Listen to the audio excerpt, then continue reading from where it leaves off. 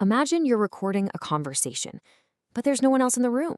And then, out of the silence, a voice speaks back to you. A strange, kind of robotic voice that knows things it absolutely shouldn't. Well, in today's Explainer, we're diving into an experiment that captured just that. A whole series of messages that seem to have come from nowhere. So let's just jump right into the single most baffling piece of evidence that came out of all this research.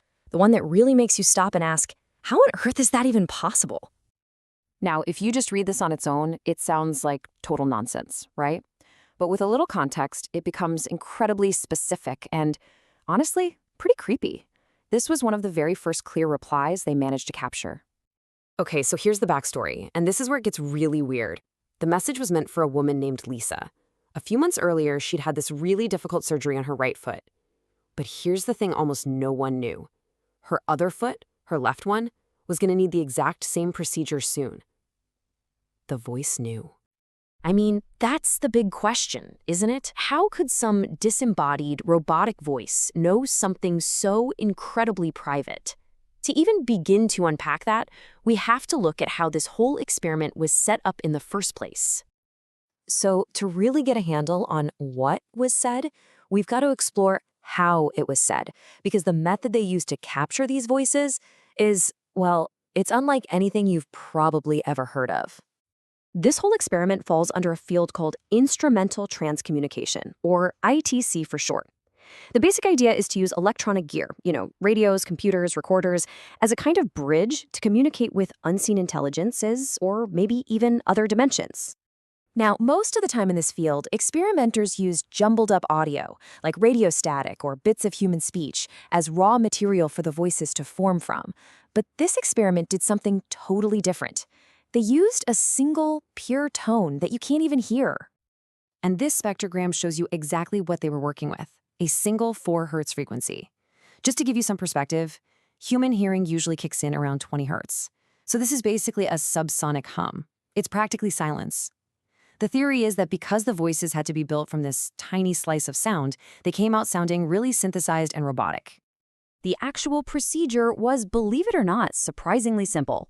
Lisa, the same woman with the foot injury, pre-recorded 5 questions. She sent them over to the researcher Nilza. All Nilza had to do was play those questions into this silent 4 hertz sound field and hit record. The shocking part? Something spoke back. These robotic voices in Portuguese answering Lisa's questions directly. All right, so now that we've got the how, let's look at the full range of messages that actually came through. Because they started out deeply personal, but then they took a sharp turn into something much, much bigger. So we've already talked about the mind-blowing accuracy of that other foot comment. The voices also followed up with some encouragement, saying things like, later we'll forget the impediments. And then they dropped this fascinating little clue about their own process, operating the radio. It's almost like they were saying, hey, just so you know, this is how we're doing this. And just when you think you're starting to get a handle on what's going on, personal messages of comfort and explanation, the whole topic just shifts.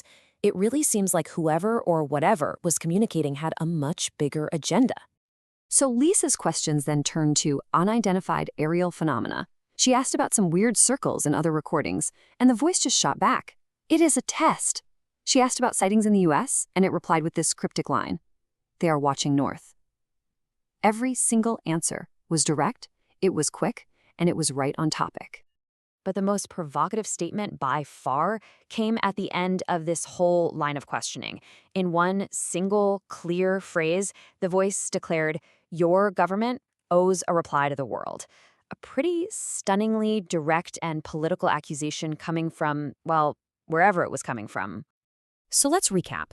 We have these robotic voices. They're speaking Portuguese, they know personal secrets, and they're commenting on UFOs.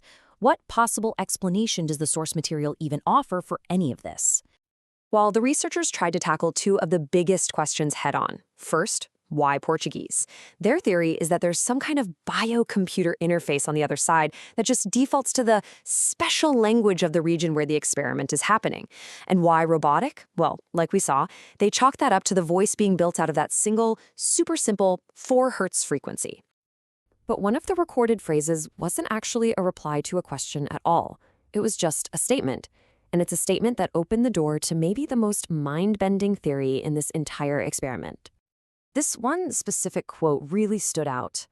"I want to see contact is in time," which suggests that this communication isn't just crossing some dimensional barrier, but maybe a time barrier too. Now, the source material connects this idea to another really famous case that was detailed in a book called The Vertical Plane.